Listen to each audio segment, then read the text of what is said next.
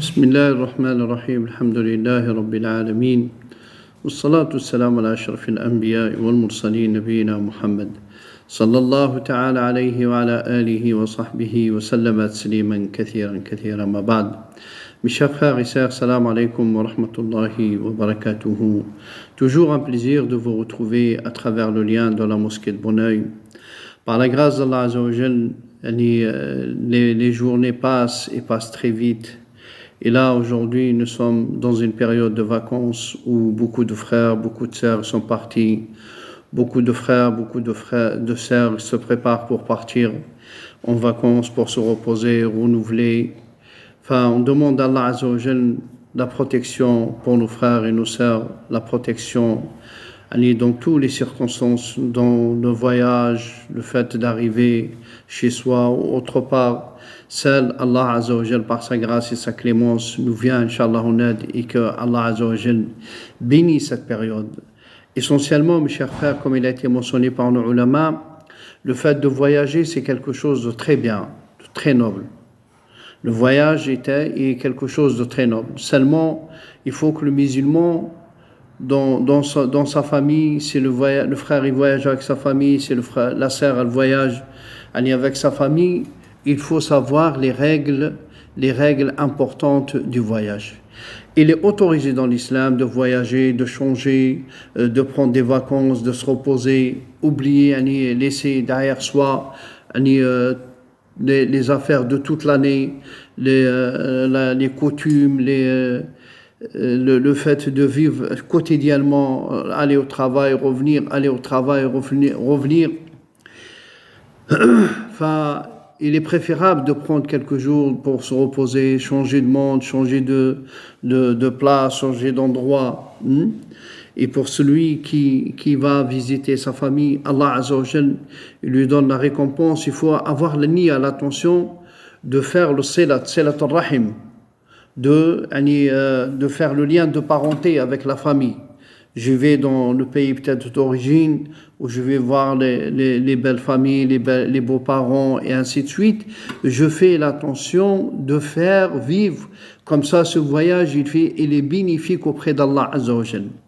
Comme ça le voyage que je vais entamer, je vais faire, certainement je vais voyager, je vais faire les vacances, mais dans mon intention c'est de faire ce qu'on appelle le lien de parenté, refaire vivre le lien de parenté, soit avec mes beaux-parents, soit avec mes belles familles, soit avec les gens de ma famille. C'est très important d'avoir cette niya, cette attention de refaire vivre le lien de parenté. En dehors de là, mes chers frères, on demande à Allah Azza wa Jal qui bénit votre voyage, Inch'Allah, que ça soit, Inch'Allah, des vacances très profitables. Faites attention aux tentations de shaitan, al-la'in, qu'Allah nous en préserve de son mal. Essayez, Inch'Allah, de véhiculer une bonne image de votre islam, de votre religion, que ce soit sur la route, que ce soit quand la personne descend. Vous descendez dans des aires de repos. Essayez, n'oubliez pas, ne vous laissez pas aller. Essayez de véhiculer la bonne image de l'islam. Chaque chose doit être posée à sa place. Ne faites rien qui contredit l'image de l'islam. Et en dehors de ça aussi, vous avez certainement, j'ai eu dans le téléphone beaucoup de questions par rapport à ce qui se passe chez nous et le problème du vote, de tout ce qui se passe autour de nous. Et certainement, on vit une période instable. Une période chez nous en France instable. Seulement, cette stabilité, il faut aller la chercher. Il faut aller la chercher. Certainement, j'ai vu les messages de certains frères ou de certaines sœurs. Est-ce que le vote, il est haram? Le haram, il appartient à Allah. Allah seul, huwa sahib al-tashri' subhanahu wa ta'ala. Quand on a un texte clair qui nous dit, que ce soit de la part d'Allah Azza wa Jalla dans le Coran al-Karim, ou que ce soit de la part de notre prophète sallallahu alayhi wa sallam, qui nous dit que c'est haram, il devient haram. Si c'est un mal, ou certains prononcent que c'est un mal, le fait de voter, il vaut mieux repousser un grand mal par un petit mal. par un petit mal. Certainement, comme vous le voyez, certains groupes politiques ou certains partis politiques, ils n'ont pas de programme politique pour venir aux besoins de la population. Le seul objectif qu'ils ont, c'est de faire du tort. C'est de faire du tort. Comme il fait le cas, vous regardez l'histoire. Vous remontez à 1940 et 1900, je ne sais quoi, et vous voyez ce qui s'est passé. Vous voyez ce qui s'est passé. À partir de là, si on veut laisser cette idéologie mortifère s'installer et faire du tort, ce n'est pas qu'aux musulmans. Les musulmans, ils n'ont pas de crainte, ils ne craignent personne. Ils ne craignent personne. Que ce soit cette partie ou ce parti, les choses ils sont la même. On vit avec la communauté, la grande communauté dans notre pays, on n'est pas exceptionnel. On n'est pas une exception, certes. Ils montrent qu'ils vont faire du tort, ils vont interdire ceci, ils vont interdire cela, ils vont interdire cela. Mais mes chers frères, est un mal pour tout le monde. Le mal est un mal pour toute la communauté du pays, tous les citoyens du pays. C'est pour cela qu'il est autorisé de repousser un mal, un grand mal par un petit mal. Il est autorisé.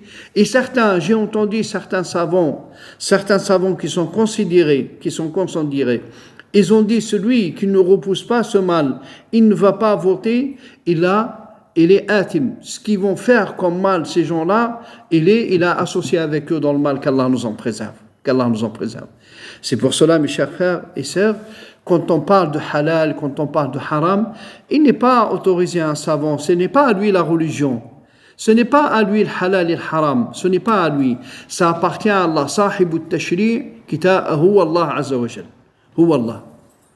La religion, et le halal et le haram, il appartient à Allah. Quand le savant il dit halal ou haram, il parle au nom d'Allah azza wa jal. Il parle au nom d'Allah. Et parler au nom d'Allah azza wa jal, il faut le texte clair.